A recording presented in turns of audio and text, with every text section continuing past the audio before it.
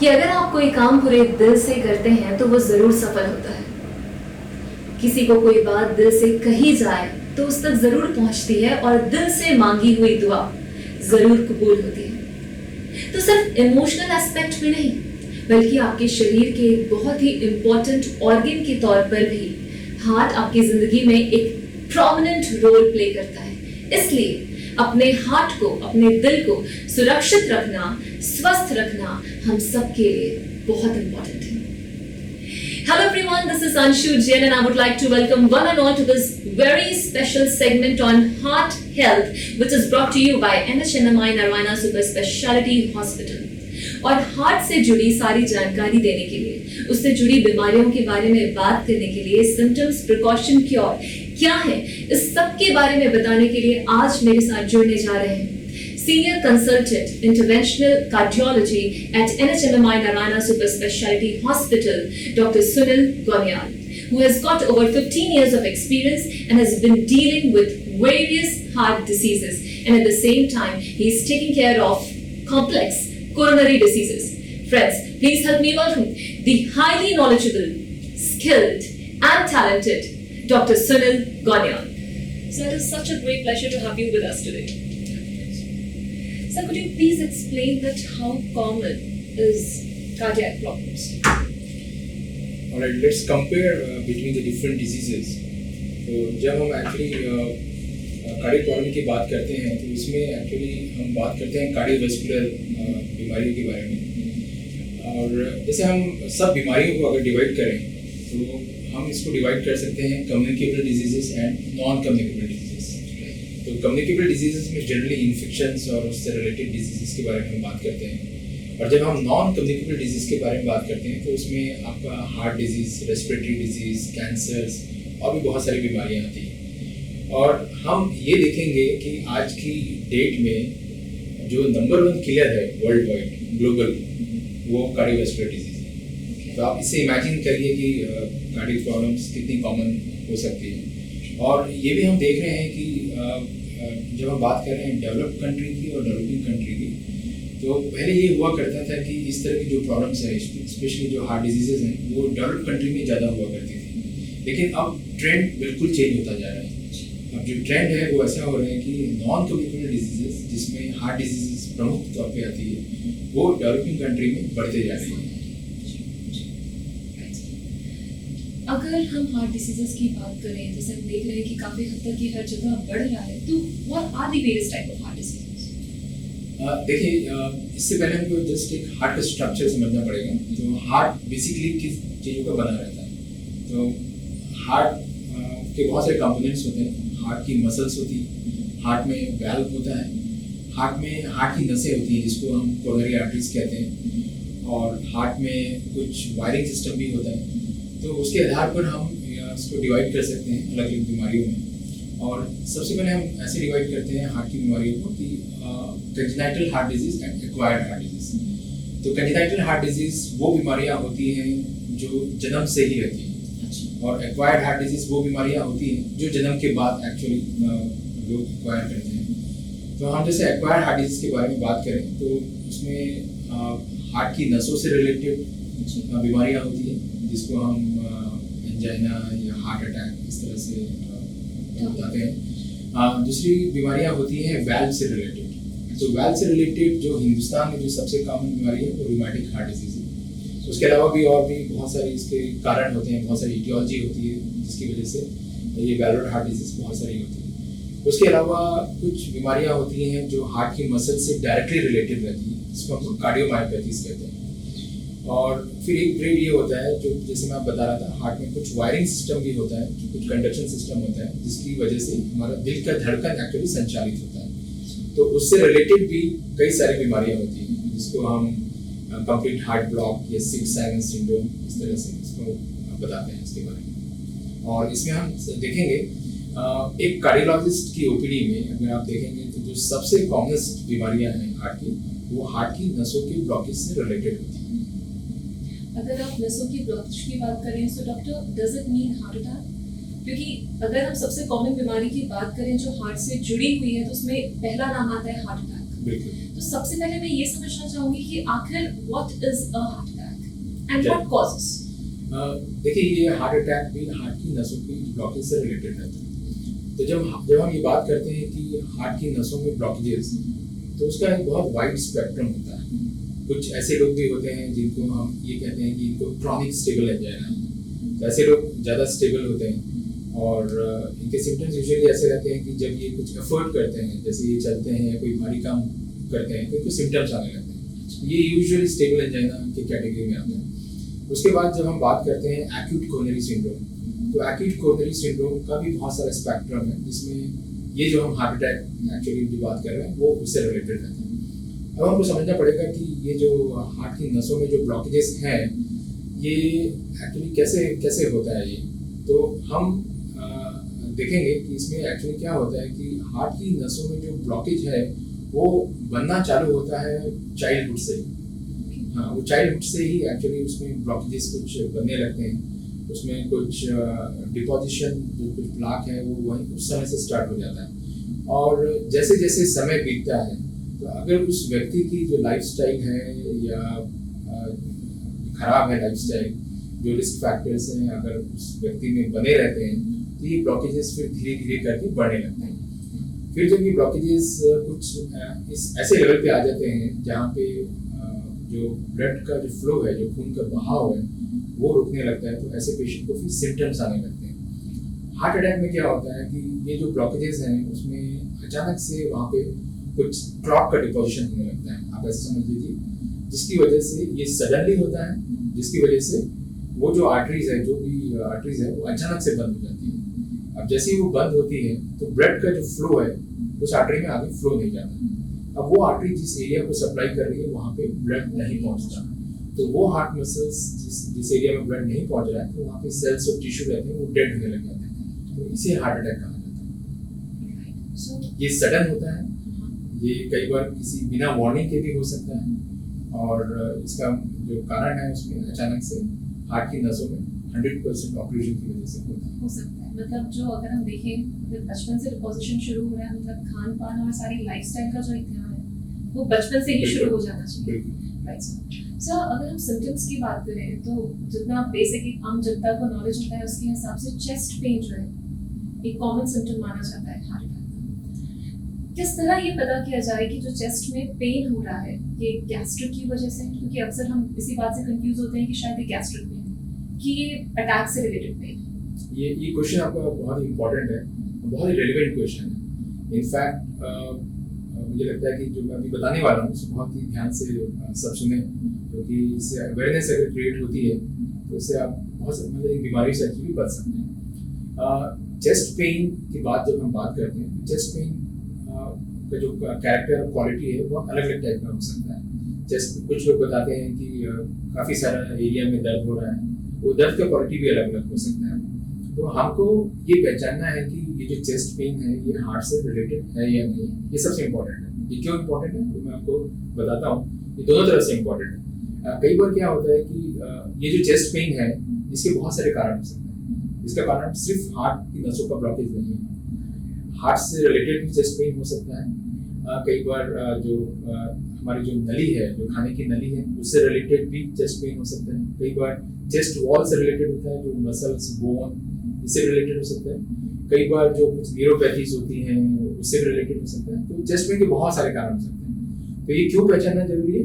एक तरफ तो इसलिए भी पहचानना जरूरी है कि कई बार हमने ये भी देखा है कि कुछ चेस्ट पेन होते हैं जो बहुत ही एटिपिकल होते हैं, जो हार्ट से रिलेटेड नहीं होते हैं। तो उससे होता क्या है कि ऐसे बहुत सारे पेशेंट, इनफैक्ट हम देखेंगे कि हमारे पास जो बहुत सारे मरीज जो चेस्ट पेन के आते हैं, वो चेस्ट पेन इतना खतरनाक नहीं होता। बहुत सारे जो आते हैं, जो यंग लोग आ रहे हैं, तो उनको इसलिए पहचानना जरूरी है क्योंकि कई बार हम देखेंगे कि वो इतना घबरा जाते हैं कि उनमें एंजाइटी पैदा होती है, और वो एंजाइटी फिर उनके क्वालिटी ऑफ लाइफ को अफेक्ट करती है। फिर ये भी होता है कि उस पेन के चक्कर में वो बहुत सारे इन्वेस्टिगेशंस कराते हैं जो अनवांटेड है, जिसकी ज़रूरत नहीं है। उस सब उनका पैसे भी खर्च होता है, टाइम भी जाता है, एंजाइटी पैदा होती है। तो एक तरफ तो वो वाला पार्ट है, हमको उन पेन को भी पहचानना है जो एक्चुअली हार्ट से रिलेटेड नहीं है, जो खतरनाक नहीं है। और दूसरा जो इम्पोर्टेंट है, हमको स्पेसिफिकली हार्ट अटैक के जो चेस्ट पेन है, जो हार्ट से चेस्ट पेन है, उसको पहचानना इसलिए ज़रूरी है क्योंकि अगर आप उसको पहचानेंगे और सही समय पर ट्रीटमेंट लेंगे तो आप हार्ट अटैक से जो कॉम्प्लिकेशंस होते हैं उससे आप बच सकते हैं। इवन हार्ट अटैक से जो डेथ होती है उससे आप बच सकते हैं। अब कौन से किस तरह का चेस्ट पेन हार्ट में हो सकता है? अब जैसे मैंने आपको बताया कि एक होता है जिसको हम कहते हैं कि एंजाइना की बात करते हैं, एक्सर्शन एंजाइना। तो जब कोई व्यक्ति चलता है, वॉक करता है और मान लो ब्रिस्क वॉकिंग कर रहा है या चल रहे हैं या कोई भारी काम कर रहा है और उस समय उसको चेस्ट में डिस्कम्फर्ट होने लगे, पेन होने लगे या उसको कुछ हैवीनेस, कुछ दबाव महसूस होने लगे या इवन बर्निंग पेन होने लगे एफर्ट या इमोशनल स्ट्रेस में अगर उसको पेन हो रहा है और जब वो फैक्टर हट जाता है, जैसे वो रेस्टिंग कंडीशन में आ जाता है, वो चलना बंद करता है या काम करना बंद करता है और वो पेन डिसअपियर वापस कम होने लगता है, चला जाता है, तो ये क्लासिकल एंजाइना हम लोग कहते हैं। अगर ये पेन हो रहा है तो आप इसको पहचानिए और तुरंत डॉक्टर की सलाह This लीजिए। is for sure related to heart. Yeah, this is almost actually looks like related to the heart. तो ये हुआ। दूसरा ये होता है कि अगर आपको अचानक कोई ऐसा दर्द उठे जो आपका हार्ट का, जो आपका चेस्ट का काफी सारा एरिया इन्वॉल्व कर रहा है और वो 15 मिनट 20 मिनट तक रह रहा है और वो पेन आपको पहले कभी ना हुआ, तो इसको भी आपको इग्नोर नहीं करना चाहिए। अब सबसे इम्पोर्टेंट ये रहता है कि जैसे लोग बात करते हैं कि भाई हमको तो पेन राइट साइड में हो रहा है, लेफ्ट साइड का पेन एक्चुअली हार्ट का होता है। मैं उनको एक्चुअली बताना चाहूँगा कि चेस्ट पेन का जो लोकेशन है वो जो हार्ट का जो पेन होता है उसका जो लोकेशन होता है वो नाभि के ऊपर और लोअर जॉ के नीचे, ये जितना भी एरिया है वो कहीं पर भी हो सकता है। ये जरूर है कि जब हम टिपिकल चेस्ट पेन की बात करते हैं जो हार्ट से रिलेटेड होता है वो यूजुअली हमारे जो सेंटर ऑफ द चेस्ट, जो रिट्रोस्टर्नल एरिया कहते हैं, वहाँ पे एक्चुअली होता है। वो रेडिएट हो सकता है आपके दोनों शोल्डर में, यूजुअली लेफ्ट आर्म में होता है, लेकिन दोनों शोल्डर में जा सकता है, इवन आपके नेक में जा सकता है, आपके जॉ में जा सकता है। तो ये क्लासिकल होता है। कई बार कुछ पेन ऐसे होते हैं कि अचानक से आपको लोअर जॉ में पेन होने लगे, स्पेशली चलने में, वो भी हार्ट से रिलेटेड पेन हो सकता है। तो चेस्ट पेन को पहचानना इसलिए बहुत जरूरी है कि आप वैसे पेन को भी इग्नोर, मतलब उतना ज़्यादा जो एटिपिकल चेस्ट पेन होते हैं, जो लाइफ थ्रेटनिंग नहीं होते, जो हार्ट से रिलेटेड नहीं होते, तो उसको बहुत ज़्यादा इन्वेस्टिगेशन करने की जरूरत नहीं है। और जो चेस्ट पेन हार्ट से रिलेटेड है उसको हमको जल्दी से जल्दी रिकग्नाइज करना है और जल्दी से जल्दी हॉस्पिटल या डॉक्टर के पास पहुँचना है। सर, चेस्ट पेन तो एक सिम्टम है, बहुत ही प्रॉब्लम सिम्टम। इसके अलावा और क्या सिम्टम्स हो सकते हैं हार्ट अटैक के?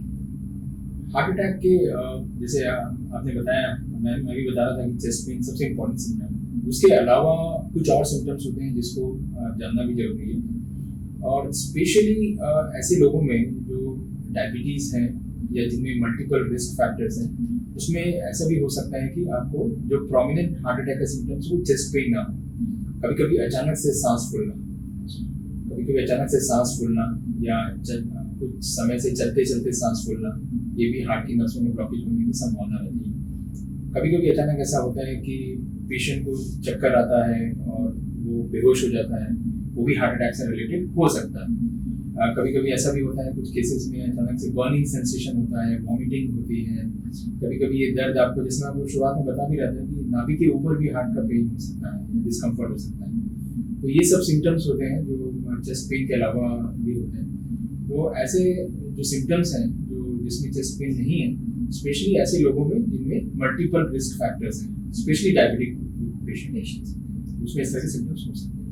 राइट सर, हार्ट अटैक से जुड़े रिस्क फैक्टर्स क्या क्या हैं? What are the risk factors involved? तो जब हम एक्चुअली हार्ट की नसों के ब्लॉकेज के बारे में बात करते हैं और हार्ट अटैक के बारे में बात करते हैं, तो अभी तक ऐसा कोई डायरेक्ट कॉज नहीं मिला है। तो कुछ कारण हैं जो हार्ट अटैक या नसों के ब्लॉकेज होने की संभावना को बढ़ाते हैं, वो रिस्क को बढ़ाते हैं। तो ऐसे फैक्टर्स को अगर हम जैसे हम डिवाइड करें तो हम ऐसे डिवाइड करते हैं इसको। एक होता है मॉडिफाइबल रिस्क फैक्टर्स, एक होता है नॉन मॉडिफाइबल। तो ऐसे रिस्क फैक्टर जिसको आप मॉडिफाई नहीं कर सकते, जैसे कि बढ़ती हुई उम्र, एज, एल्डरली पेशेंट जो जिनकी एज ज़्यादा है वो अपने आप में एक रिस्क फैक्टर है। ऐसे लोगों को हार्ट अटैक होने की संभावना नॉर्मल लोगों से जिनका एज कम से ज़्यादा होती है। फिर हम जैसे बात करें कि जेंडर की बात करें तो डेफिनेटली जो मेल्स होते हैं उनको हार्ट अटैक होने की संभावना थोड़ा ज़्यादा होती है फीमेल से।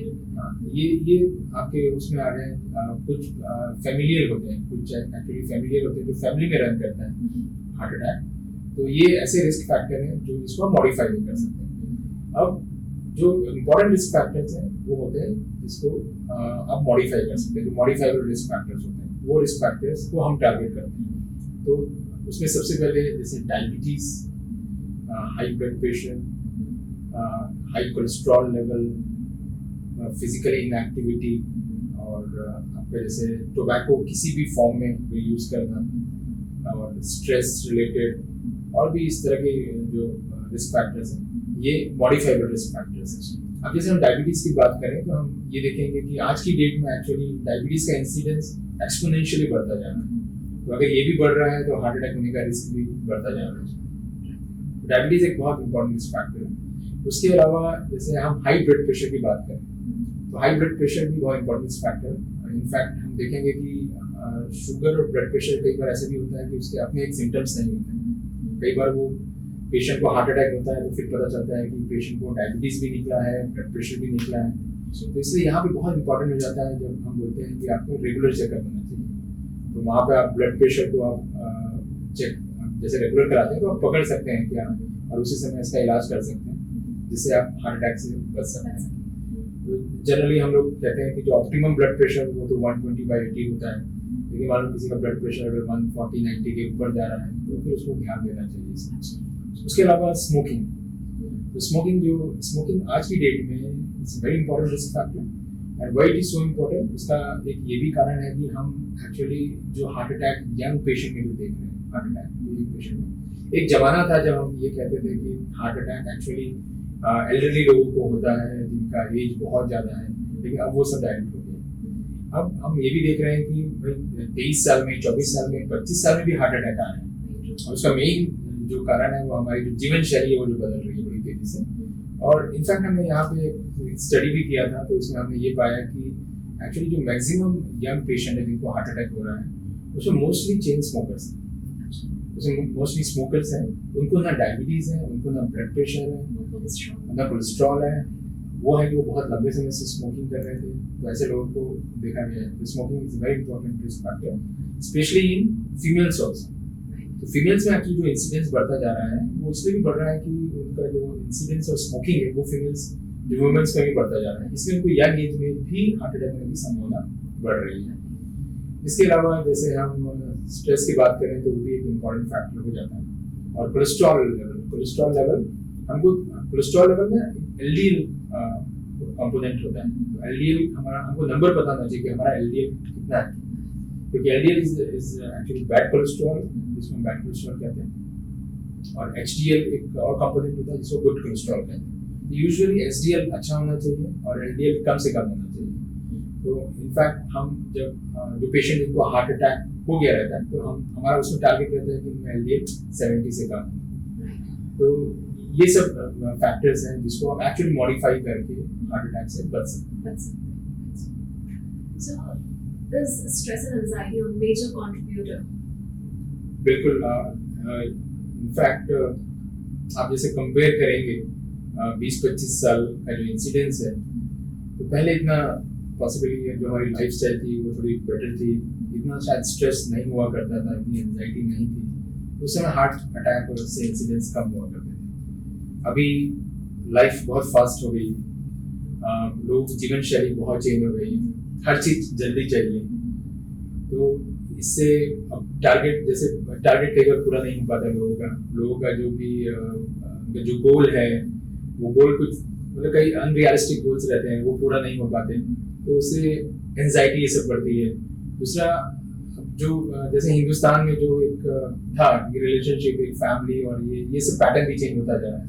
तो बहुत सारे जो फैक्टर्स हैं जिसकी वजह से एक्चुअली एंजाइटी और स्ट्रेस बढ़ता जा रहा है, और ये एंजाइटी और स्ट्रेस एक्चुअली यंग एज में भी आता जा रहा है। तो ये भी एक बहुत इंपॉर्टेंट फैक्टर है। और इनफैक्ट देखेंगे कि actually stress is a precipitating factor.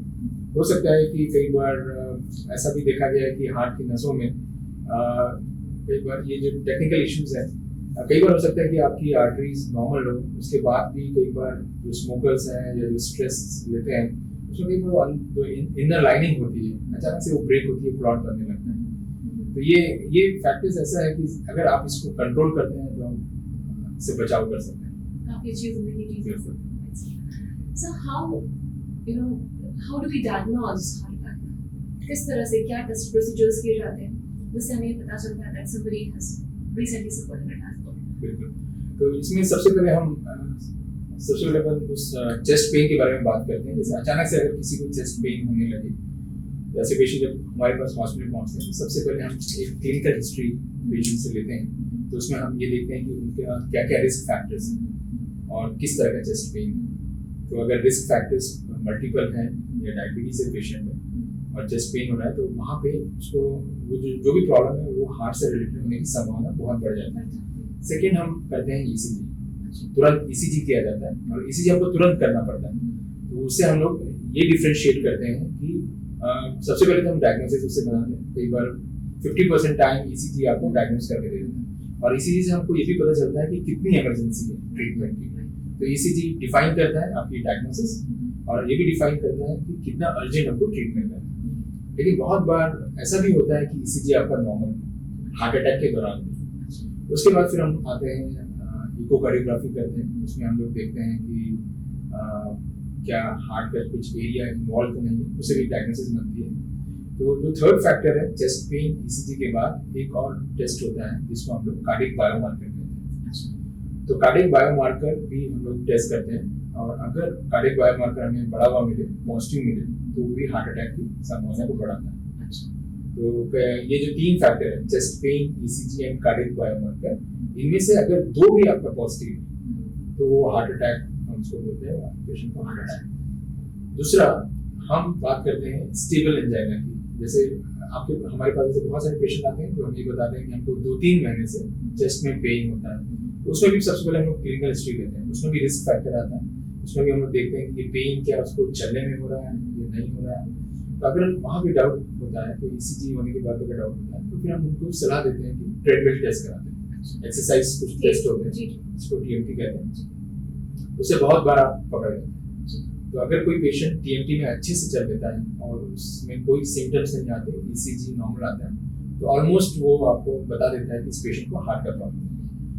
और फिर टीएमटी को भी हम लोग इंटरप्रिटेशन किया जाता है अलग अलग तरीके से कि वो कितना सिग्निफिकेंटली पॉजिटिव है। तो उसके बाद फिर ये जो ईसीजी, टीएमटी, इको, इस तरह की टेस्ट है, हम उस तरह के स्टेबल एंजाइना वाले केसेस को डायग्नोस करते हैं।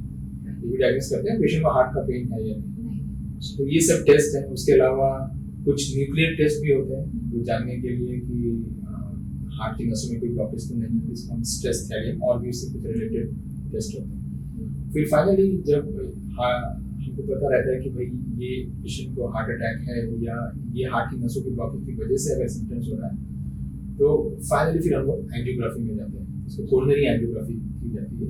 तो कोरोनरी एंजियोग्राफी एक सिंपल सा टेस्ट है और इसमें हार्डली 5 to 10 मिनट्स लगता है। और इसमें भी इंडिकेशंस होते हैं। ऐसा नहीं कि आप हर पेशेंट का एंजियोग्राफी करना है। जो इंडिकेटेड है जिस पेशेंट में, वहाँ पर हम लोग एंजियोग्राफी करके फिर वहाँ पर हम लोग देखते हैं कि हार्ट की नसों में कहाँ कहाँ पे ब्लॉकेजेस हैं और उसका क्या ट्रीटमेंट ऑप्शंस हैं। सर, अगर ट्रीटमेंट ऑप्शंस की बात करें तो हमारे पास हार्ट अटैक को ट्रीट करने के लिए, क्योर करने के लिए क्या क्या ट्रीटमेंट मोडालिटीज अवेलेबल है? ये बहुत अच्छा क्वेश्चन है। एक्चुअली इसमें सबको जानना जरूरी है कि क्या क्या मोडालिटीज होती है। सबसे पहले अपन जो हम बात कर रहे हैं हार्ट अटैक की, जिसमें हमको इमरजेंसी ट्रीटमेंट चाहिए। तो हार्ट अटैक में जो सबसे इम्पोर्टेंट जो चीज होती है वो टाइम होता है। अगर आप समय वेस्ट करते हैं, आप हार्ट की मसल्स को खराब करते हैं। तो हम इसमें कहते हैं कि टाइम इज मसल। जितना आप समय वेस्ट करेंगे आपकी हार्ट के मसल्स खराब होता जाएगा, आपका हार्ट उतना डैमेज होता जाएगा।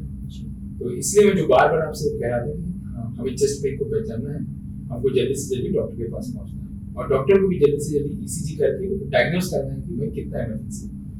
अब यहाँ पर जो ट्रीटमेंट ऑप्शन है, अगर आप सही समय पे पहुंच जाते हैं, अगर हम जो गोल्डन आवर की बात करते हैं जो 90 मिनट्स का होता है, 2 घंटे का, तो उस गोल्डन आवर में आप पहुंचते हैं। गोल्डन आवर हम इसलिए कहते हैं कि अगर आप उस समय ट्रीटमेंट करते हैं तो पेशेंट को हार्ट अटैक की कॉम्प्लिकेशन से बचाया जा सकता है, डेथ से बचाया जा सकता है। तो अगर आप सही समय पे पहुंचते हैं और तो आपके पास उस समय 2 ऑप्शंस हैं।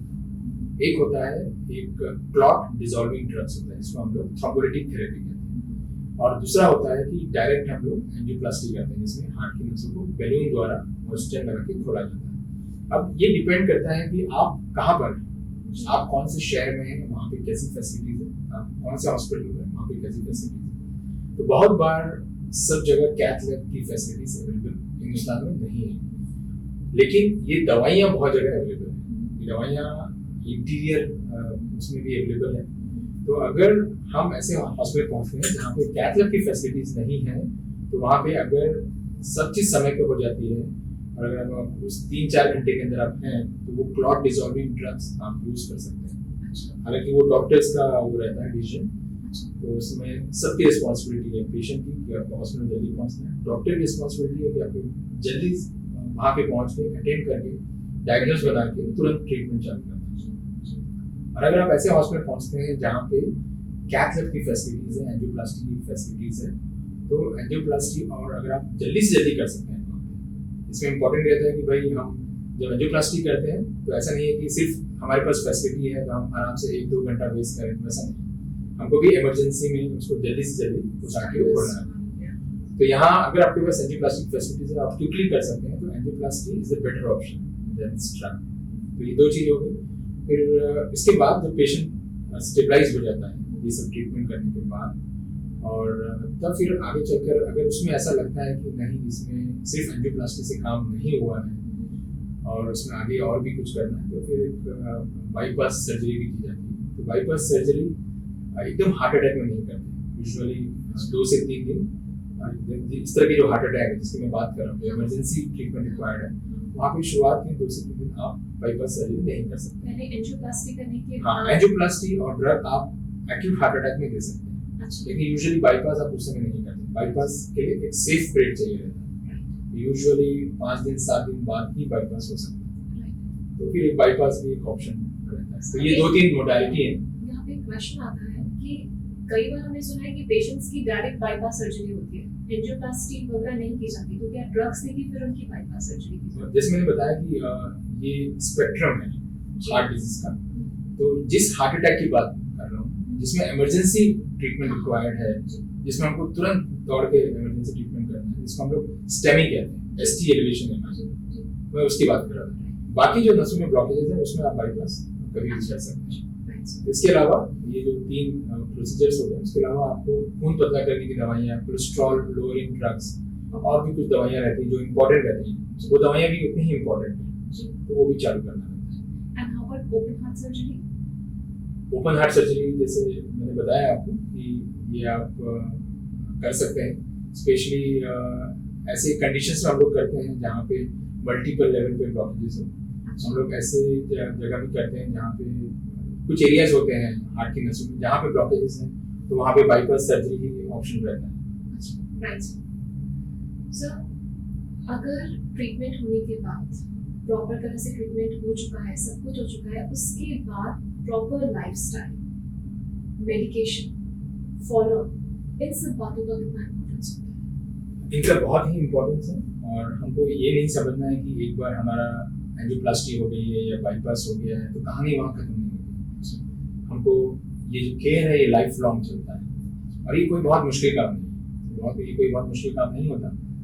इसमें इम्पोर्टेंट ये होता है कि आप अपना लाइफस्टाइल अच्छा रखें। आप ये हमें जानना बहुत जरूरी है, कोई भी पेशेंट जिनको हार्ट की नसों में ब्लॉकेज डायग्नोज हो चुका है, चाहे उसको ब्लॉकेज है, चाहे उसका हार्ट अटैक हुआ हो, चाहे एंजियोप्लास्टी हुआ हो, चाहे बाईपास हुआ हो, ऐसे पेशेंट इनका जो रिस्क होता है दोबारा हार्ट अटैक होने का, वो हमेशा नॉर्मल पॉपुलेशन से ज़्यादा होता है, तो ये भी हाई रिस्क कैटेगरी में आता है। तो इनको केयर की जरूरत पड़ती है, और ये केयर बहुत मुश्किल काम नहीं है, इसमें ऐसा घबराने की जरूरत नहीं है कि भाई एक बार हार्ट अटैक हो गया तो बस सब कुछ नहीं होगा, ऐसा नहीं है।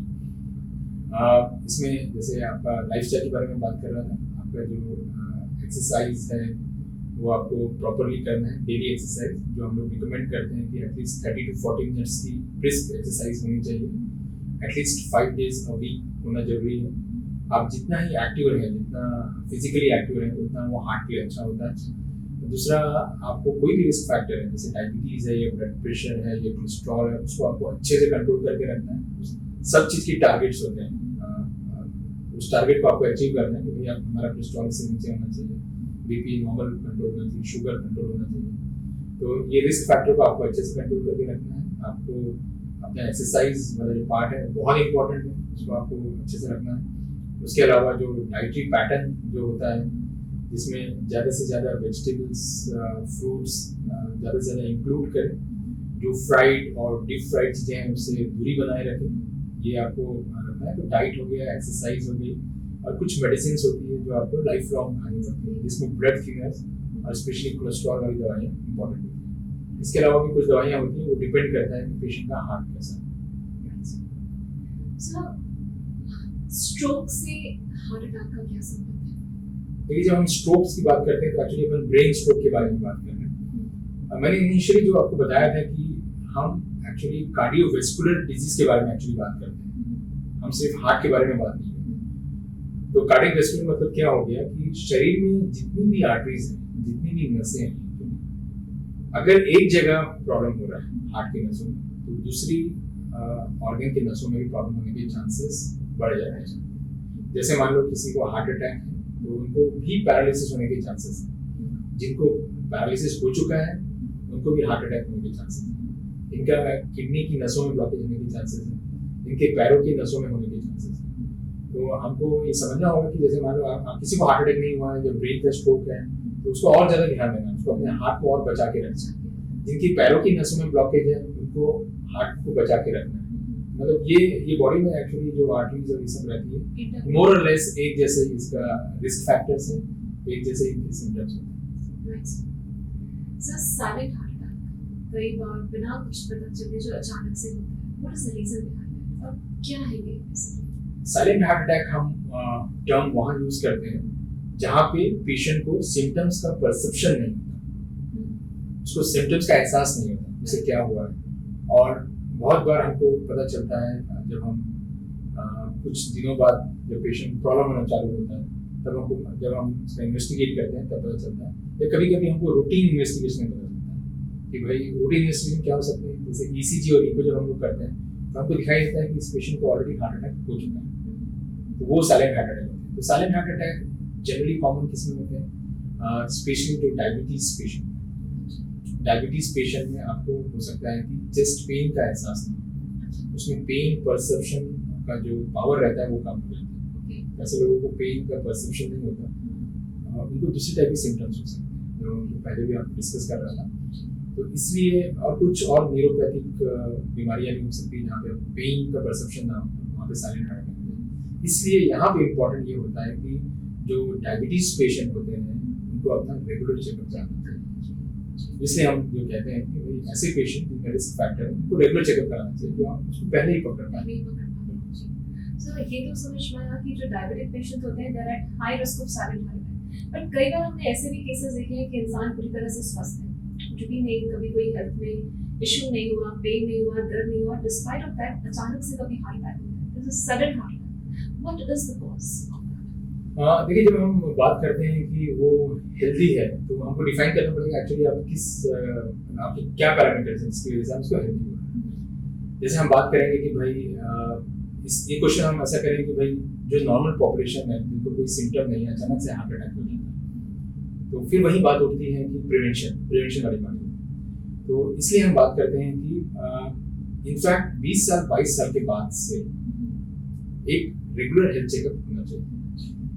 जैसे मान लो आपकी उम्र 20 साल है तो आपका हर 3-4 साल में रेगुलर होना चाहिए। जैसे आप 40-45 ईयर्स को क्रॉस कर चुके हैं तो आपका हर साल एक रेगुलर चेकअप होना चाहिए। तो उस रेगुलर चेकअप में आप देखेंगे आपका कोलेस्ट्रॉल लेवल कैसा है, आपका जो डायबिटीज या ब्लड प्रेशर, ये रिस्क फैक्टर्स को हमको आइडेंटिफाई करना चाहिए। तो जिसको हम सो कॉल्ड हेल्दी कहते हैं वो हो सकता है हेल्दी ना हो, तो वो कैसे पता चलेगा आपको जब आप नॉर्मल हेल्थ चेकअप करेंगे। और आजकल हम लोग एक बहुत सारे कैलकुलेटर्स भी हैं जिसमें हम लोग 10 इयर्स का रिस्क प्रेडिक्ट करते हैं। इवन आप 24-25 साल में हम लोग वो यूज करते हैं कि भाई ये आने वाले 10 साल में ऐसे पेशेंट को कितना रिस्क है। तो उस कैलकुलेट अगर हम रिस्क कैलकुलेट करें और हम उसको डिवाइड करते हैं, क्या ये माइल्ड रिस्क है, हल्का रिस्क है, या मीडियम, इंटरमीडिएट या हाई रिस्क है, तो वहाँ पे हम जब आइडेंटिफाई कर लेते हैं कि पेशेंट हाई रिस्क वाला है तो ऐसे लोगों को हम लोग एग्रेसिवली ट्रीट करते हैं। उनको हम लोग बोलते हैं कि आपका जो लाइफस्टाइल है बहुत अच्छा होना चाहिए, उनको फॉलो करते हैं, उनका कोलेस्ट्रॉल का एक टैबलेट रखते हैं। तो ये बहुत इंपॉर्टेंट है कि आप एक रेगुलर हेल्थ चेकअप कराइए। ये बहुत इंपॉर्टेंट है कि आपको अपना रिस्क पता होना चाहिए 10 इयर्स का, और अगर आप हाई रिस्क में आते हैं तो वहीं से आपका ट्रीटमेंट स्टार्ट हो जाना चाहिए। तो बहुत सिंपल है, लाइफस्टाइल मॉडिफिकेशन। तो आप हार्ट अटैक से, जो आप सडन हार्ट अटैक जैसे होता है, उससे आप बच सकते हैं। उससे बचा जा सकता है। मतलब ये जो पूरा खेल है, ये इसी बात का है कि अपने आप को लेके जागरूक रहना, ये सतर्क रहना, रेगुलर इंटरवल्स पे अपना चेक। जैसे हम पहले बात भी कर रहे थे जी, जी। कि हार्ट की नसों का ब्लॉकेज जो है वो बहुत पहले से चालू हो जाता है। बिल्कुल सही। इसलिए इनफैक्ट स्कूल टीचर्स और पेरेंट्स इनका सबसे बड़ा रोल है। अगर आप जी, देखें, जी। अगर ये बच्चों में वो हैबिट को कल्टीवेट कर पाए, जो इस रिस्क फैक्टर को आने वाले समय पे ना आए, तो आप देखेंगे कि आप एक्चुअली हार्ट अटैक का और इससे रिलेटेड इंसिडेंट्स को बहुत कम कर सकते हैं सोसाइटी राइट। सो एक क्वेश्चन, बहुत ही इम्पोर्टेंट क्वेश्चन जो मैं आपसे पूछना चाहूंगी about heart failure. Heart failure दरअसल होता क्या है? कार्डियक अरेस्ट और हार्ट फेलियर में डिफरेंस क्या है? जैसे हम हार्ट फेलियर के बारे में कहते हैं, तो मैं आपको बताऊंगा कि ये जो हार्ट फेलियर है ये कैंसर से भी ज़्यादा खतरनाक है। सबसे पहले आप जैसे, अब हम पहले डिस्कस कर रहे थे कि हार्ट की अलग अलग बीमारियां होती है। वैल्वुलर हार्ट डिजीज होता है जिसमें वाल्व खराब होता है, कार्डियोमायोपैथी होती है जिसमें मसल खराब होती है, हार्ट अटैक्स होते हैं। तो होता क्या है कि ये सब बीमारियां अगर आपने सही समय पर ट्रीटमेंट नहीं लिया और इससे अगर हार्ट आपका खराब हो जाता है और धीरे धीरे धीरे करके ऐसे सब patient heart failure, ultimately heart failure condition में पहुंचते हैं। तो हार्ट फेलियर बेसिकली क्या है? हार्ट फेलियर को कैसे हम डिफाइन करते हैं कि हार्ट फेलियर वो आप ऐसा समझ लीजिए कि हार्ट का जो पावर है या जो हार्ट का जो स्ट्रेंथ है वो इतना नहीं है कि वो लोड को सहन कर पाए।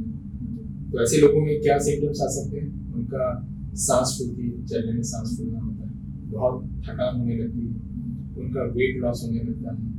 तो ये हार्ट फेलियर के कुछ सिम्टम्स हैं। हार्ट फेलियर अगर एक बार हो जाए, उस कंडीशन में पहुंच जाए जहाँ पे हम इसको भी डिवाइड करते हैं कौन सा कैटेगरी का है, कौन सा स्टेज का है। अगर ऐसे पेशेंट अगर advance stage of heart failure में पहुंचते हैं तो बहुत सारे लोगों का लाइफ 2 साल 3 साल से ज़्यादा नहीं होता। तो हार्ट फेलियर में हमारा एक्चुअली गोल ये रहता है कि पेशेंट को सर्वाइवल कैसा बढ़ाया जाए और उसकी क्वालिटी ऑफ लाइफ को कैसे ठीक किया जाए। तो इसके लिए बहुत इंपॉर्टेंट है कि डॉक्टर की सलाह माने, मेडिकल फॉलोअप बहुत इंपॉर्टेंट है, दवाइयाँ बहुत इंपॉर्टेंट है, लाइफस्टाइल बहुत इंपॉर्टेंट है। अगर आप ये 3-4 जो पिलर्स हैं जो ट्रीटमेंट के, आप किसी को भी लूज करते हैं तो आपको ये जो हमारे जो पैरामीटर्स हैं, तो क्वालिटी ऑफ लाइफ खराब हो सकता है। आप थोड़ा भी चलने में थकेंगे, अपना काम नहीं कर पाएंगे और उसमें आपका जो सर्वाइवल है वो कम हो जाता है। तो हार्ट फेलियर अगर एक बार डायग्नोसिस होता है तो ये बहुत इंपॉर्टेंट है कि ऐसे पेशेंट को बहुत ज़्यादा केयर करती है मेडिकल फॉलोअप। हालांकि उसमें ट्रीटमेंट ऑप्शंस भी आजकल बहुत सारे हैं। सर, हार्ट से जुड़ी जितनी बीमारियां हैं, उनके मेथड, सिम्टम्स, प्रिवेंशन के और इन सब में आपने बहुत डिटेल में हमें बताया। It was really a fascinating experience having a conversation with you. I would want to ask you one last question. After the treatment is done, पूरी तरह से ट्रीटमेंट होने के बाद, सब कुछ होने के बाद, क्या एक इंसान जिसको अटैक हुआ है या कोई प्रॉब्लम हुई है, वो अपनी normal lifestyle day to day बता सकता है? बिल्कुल बता सकते हैं। और हालांकि उसमें जो फैक्टर्स होते हैं जिसकी वजह से हो सकता है कुछ क्वालिटी ऑफ लाइफ कॉम्प्रोमाइज है। तो जो हम बात कर रहे थे कि अगर किसी पेशेंट को टाइमली ट्रीटमेंट मिल जाता है और आप उसका हार्ट बहुत हद तक सेव कर लेते हैं, ऐसे लोग अपनी नॉर्मल लाइफ को आराम से जी सकते हैं। अपने लाइफस्टाइल को चेंज करके, अपने रिस्क फैक्टर को कंट्रोल करके, प्रॉपरली दवाइयाँ लेते रहें और डॉक्टर से मिलते रहें। और तो ये सब चीज़ अगर करते रहेंगे तो क्यों नहीं नॉर्मल लाइफ आराम से जी सकते हैं। So, a message that you would want to give to all our viewers. बिल्कुल, मैं सबको ये बताना चाहूँगा कि हार्ट की बीमारियाँ हमारी जीवन शैली खराब होने की वजह से बढ़ती जा रही है। तो इसमें ये बहुत इम्पोर्टेंट है कि हम खुद अपने आप को एक्चुअली स्वस्थ रखें। तो कैसे रख सकते हैं? अपनी जो लाइफस्टाइल को चेंज करके, जो बहुत सिंपल है। आप एक हैबिट बनाइए जिसमें आप रेगुलर एक्सरसाइज करें, आप जो भी रिस्क फैक्टर है उसको कंट्रोल करें। इसमें आपकी जो मैंने डिस्कस शायद नहीं किया था, उसमें आपका नींद भी बहुत इंपॉर्टेंट है। आपका अच्छी नींद होनी चाहिए, आप डेली एक्सरसाइज करें तो आप देखेंगे कि आपका जो जीवन है हमेशा स्वस्थ रहेगा और आप जो ये हार्ट डिजीज के बर्डन को हम सोसाइटी में भी कम कर सकते हैं। Thank you so very much, sir. Thank you for joining us. So guys, I was in conversation with senior consultant interventional cardiology at NHMMI Narana Super Speciality Hospital, Dr. Sunil Gunyal. तो heart से जुड़ी बीमारियों के बारे में काफी detail में उनसे हमारे साथ चर्चा की, काफी सारी जानकारी हम तक पहुंचाई, जिससे सुनकर हमें ये समझ में आया कि अगर आपको लगे कि आपको किसी भी तरह का चेस्ट पेन हो रहा है, कोई भी प्रॉब्लम हो रही है, अपने डॉक्टर तक पहुंचने में देरी बिल्कुल ना करें। हार्ट की बीमारी में सबसे ज्यादा जरूरी होता है समय पर इलाज होना। अपना ट्रीटमेंट सही समय पर कराएं, सही तरह से कराएं।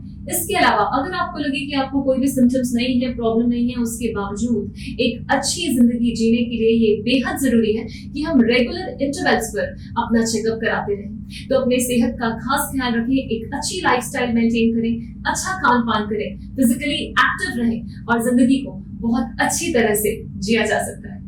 This is Anshu Jain, your host for this segment, signing off for now. For more such updates, keep following us. That is NHMMI Narana Super Speciality Hospital, at the same time Narana Health.